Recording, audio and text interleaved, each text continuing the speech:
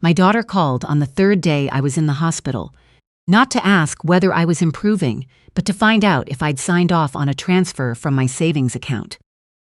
I hadn't, so the morning I was discharged, I called my bank and changed every password, every beneficiary, and every authorized contact on record.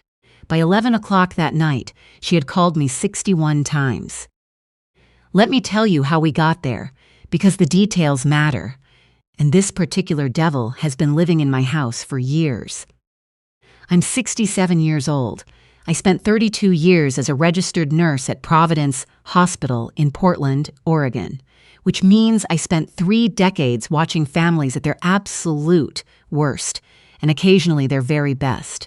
I know what grief looks like. I know what manipulation looks like.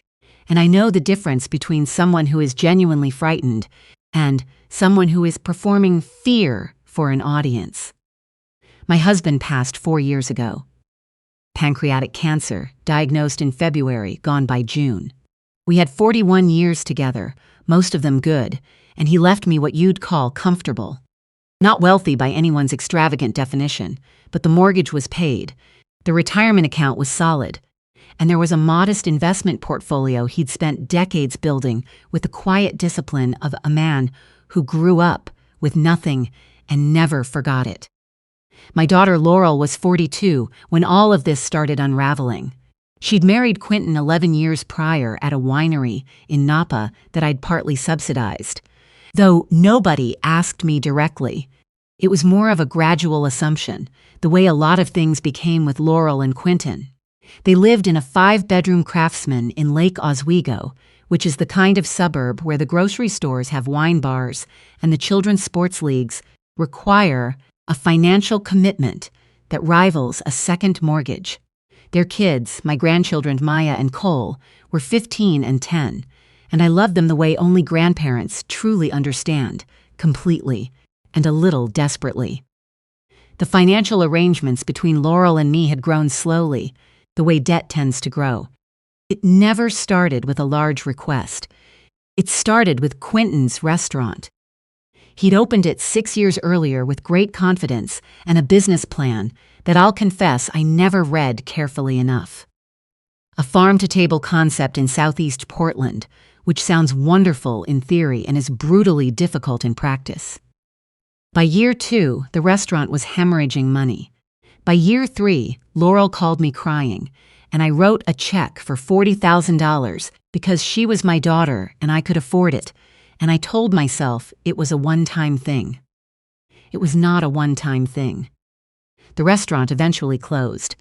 Quentin pivoted to consulting, which, as far as I could ever determine, meant occasional video calls and a great deal of time at the gym. Laurel managed the household, managed the children, managed the social calendar, and somewhere in those years, managed to develop what I can only describe as a serious relationship with online shopping. Packages arrived at their house daily. When I visited on Sundays, there were always new throw pillows, new art on the walls, new kitchen appliances still in their boxes. I kept writing checks, school tuition, car repairs, a kitchen renovation in 2021, a wellness retreat for Laurel that cost $4,000 and involved something called somatic healing. I never judged. I told myself I was helping. What I was really doing was making myself invisible. The visits changed gradually, the way seasons change. You don't notice until you realize you can't remember the last warm day. Quentin stopped asking about my volunteer work at the library.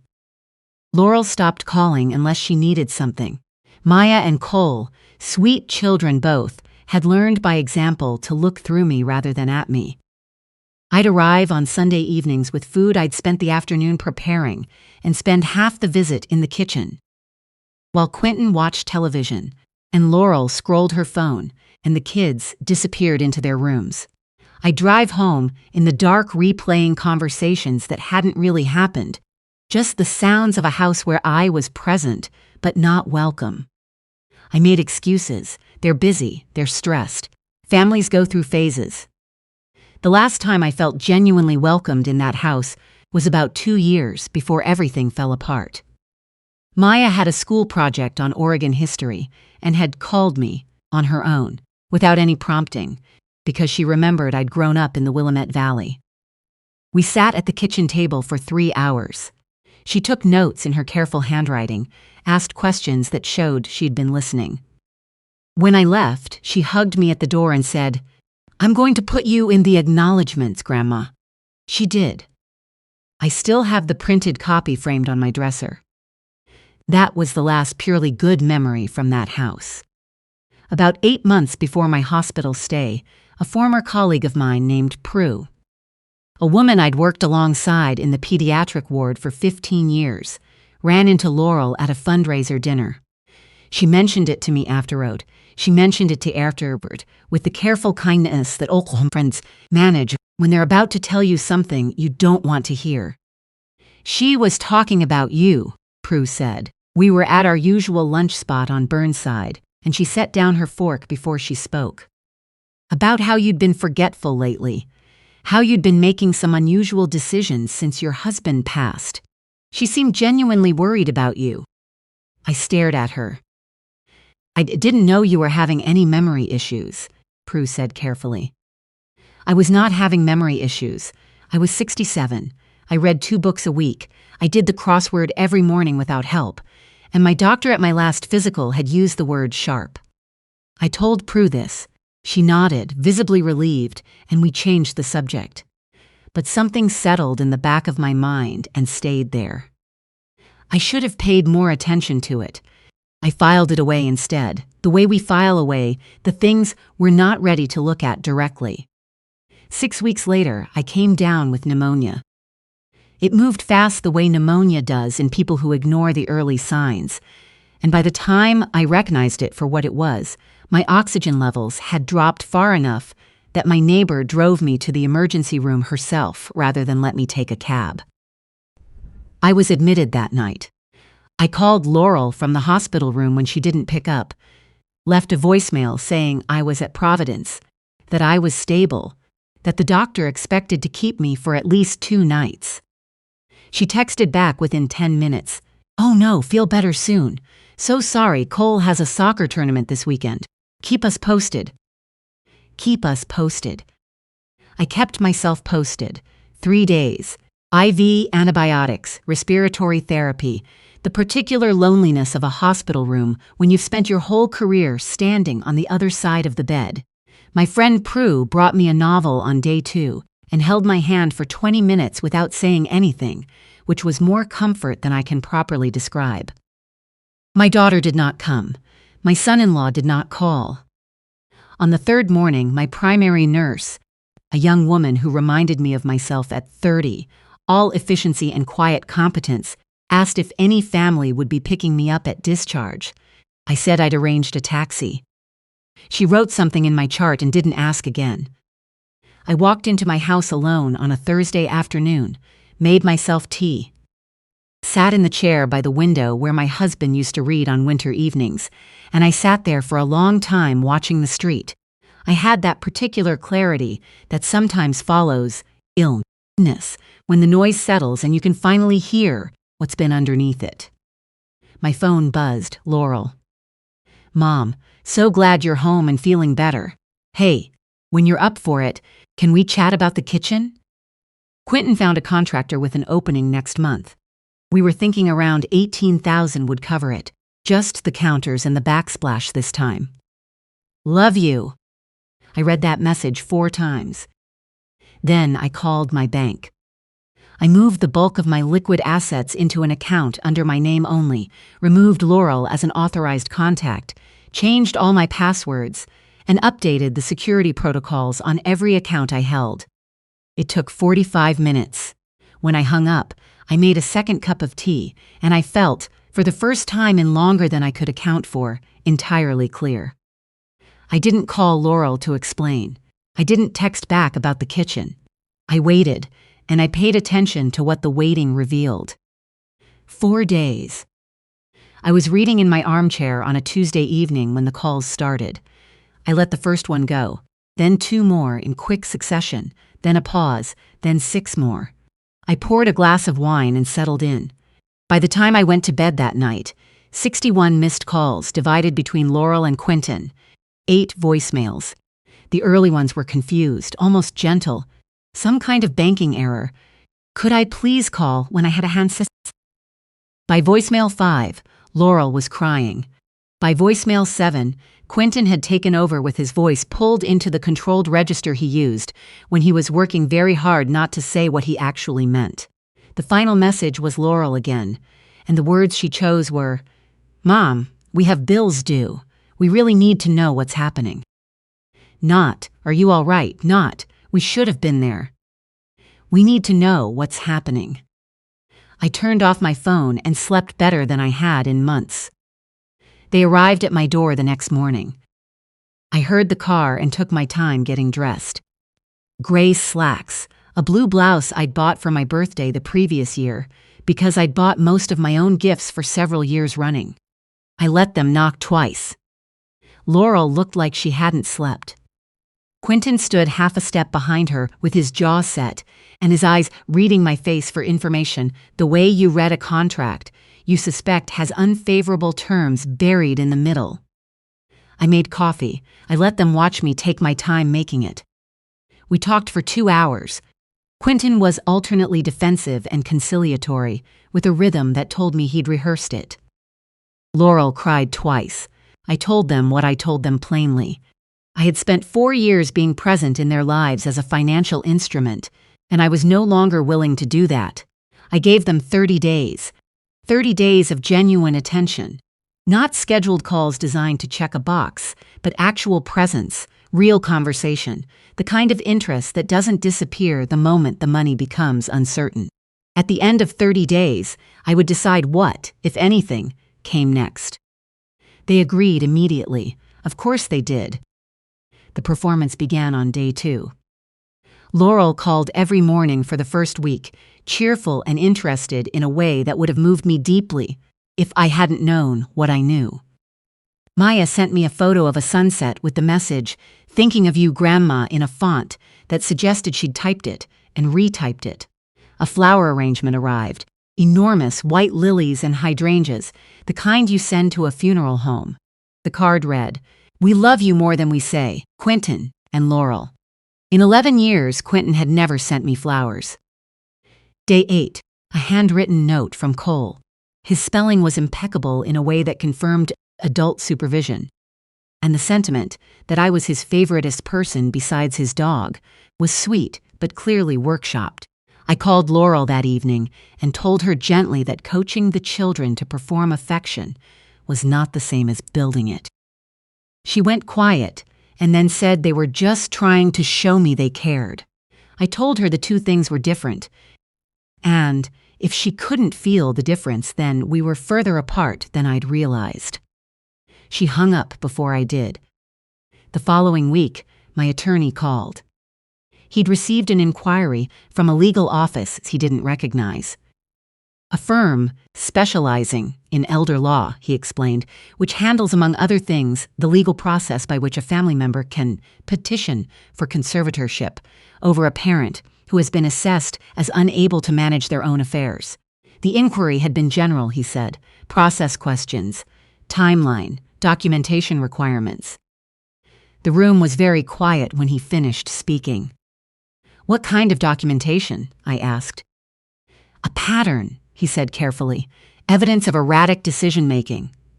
Social withdrawal, reports from multiple people who've observed concerning behavior over time. Multiple people, fundraiser dinners, a narrative assembled quietly, brick by brick, over months." After we hung up, I sat with the full picture for the first time, the financial requests that had grown year by year. The social distance carefully maintained. Prue's account of my daughter describing my mental decline to acquaintances, and now an inquiry to an elder law firm while they were simultaneously sending me flowers and coaching my grandchildren to call. They weren't trying to rebuild the relationship. They were constructing a record. Evidence that they were devoted, concerned family members doing their best with a difficult, erratic mother. Exhibit A, the flowers. Exhibit B, the children's notes. Exhibit C, the worried descriptions at dinner parties. I thought about it for a long time. Then I made my own arrangements. I scheduled a comprehensive cognitive evaluation at OHSU, voluntary, thorough, documented by one of the most respected neuropsychologists in the state. My attorney revised my estate documents with several new provisions, and I called Laurel to say I'd been thinking, and that I missed having everyone at my table, and would they all come for dinner Friday evening. She sounded relieved in a way that turned my stomach. Friday came. Laurel arrived with both children and a bottle of wine selected with obvious care. Quentin wore a pressed shirt. Maya had done her hair. Cole shook my hand at the door with the solemn formality of a boy who'd been told this evening mattered, and I kissed the top of his head and meant it entirely. Dinner was good. I made pot roast and the cornbread my husband had always requested on cold evenings. We talked about Maya's AP coursework, Cole's team, a trip Laurel mentioned, and then walked back from, catching herself. After the plates were cleared and we'd had coffee, I told them I had something to share. I set the neuropsychological report on the table between us. I had a complete cognitive evaluation done this week, I said. Voluntary, fully documented. The results, in the neuropsychologist's exact words, were exceptionally well-preserved function across all assessed domains. Nobody moved. I also know about the inquiry to the elder law firm. I looked at Quentin when I said it, because whatever Laurel had or hadn't known, I was certain of who had made that call. What happened next was not what I had planned for. Laurel turned to look at her husband. He didn't look back at her. He looked at the tablecloth, and something moved across my daughter's face that I hadn't expected to see there. Not guilt, not calculation. Recognition. The particular look of a person who has just understood something they had been very carefully kept from understanding. You called a lawyer, she said. Quiet, flat, not a question. You actually called a lawyer to have my mother declared incompetent. Laurel, we talked about options. We talked about nothing like this. Her voice didn't rise. That was how I knew it was real. We talked about you saying we had to be smart, that we had to protect ourselves. I didn't know you called anyone. I was trying to. Don't say family, she stood up. Don't say you were trying to protect our family. What came out of Laurel that evening was not the conversation I'd prepared for. She told me, in front of her children and her husband, that she had not authorized the elder law inquiry. She had heard Quentin describe it as research, contingencies, worst-case planning, language that kept it abstract enough that she could hold it at a distance from what it actually was. She had not known he'd made a call. She had not told him to. But she had also, she said, turning to look at me with the face of someone putting down something very heavy, stopped being able to say no to Quentin about many things over many years, and that had been its own kind of failure she'd have to live with. I asked him to leave. He did. There were words first, there are always words, but he left. I sat with my daughter and my grandchildren for 3 hours after that. Maya moved to sit beside her mother without being asked, close and steady. Cole settled against my side at some point in the second hour, just closed the distance quietly and stayed there. We talked about some things. We were silent about others. Laurel told me about years of financial pressure Quentin had generated, and then blamed her about gambling debts I hadn't known existed, about the slow erosion of her own judgment under the weight of his certainty. She'd agreed to things she shouldn't have agreed to. She'd been tired for a very long time. I didn't tell her she should have come to me sooner. I know what exhaustion does to people. I've watched it happen for 30 years, and it doesn't make people weak. It makes them smaller, gradually, until they can't quite remember the size they used to be. I told her my door was open, that it would stay open, that the offer had no expiration date and no conditions attached. She cried for a long time. Maya brought the tissue box from the bathroom, without being asked, with the quiet efficiency of a 15-year-old who has been the capable one in her house, for longer than any 15-year-old should have to be. That was 8 months ago. Laurel and the children moved into a rental in Northeast Portland 3 weeks later. The Lake Oswego house went on the market. Quentin contested the separation briefly and then stopped contesting it, which my attorney told me usually means someone's legal counsel has explained the discovery process in precise terms. Laurel started a position at a medical billing company. It's not glamorous, and the salary is modest by the standards she'd grown used to, but I've heard her talk about it, and she sounds different, like someone standing on ground that belongs to her. She manages her own budget now. She calls me on Tuesday evenings, which has become a habit neither of us planned and both of us rely on. I see Maya and Cole every Wednesday after school and every other Sunday. Maya has started helping me with the library's after-school reading program, working with the younger kids with a patience and warmth that makes me think she'll be remarkable at whatever she turns toward. Cole has become very interested in birds, specifically the feeder my husband installed the spring before he got sick. He asks me questions about migration patterns that I can only partially answer, so we look things up together in a field guide, learning at exactly the same speed, which turns out to be its own particular pleasure. Last month, Laurel came on a Tuesday with no agenda, just Thai takeout and a library book she thought I'd like. We ate at the kitchen table and talked until nearly 10. When she left, she hugged me at the door the way she used to when she was young, briefly, completely, without calculation. She didn't ask for anything. I stood in the open doorway after her taillights disappeared in the November cold, and I thought about my husband and about the 41 years we spent building something together, and about how what we built was never really about the accounts or the investment portfolio or the checks I'd written without question. It was about this, the Tuesday evenings, the field guides, the hugs at the door. The money was just money. You can lose it and find your footing again.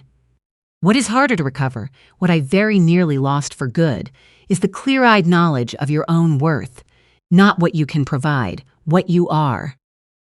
I know what I am now.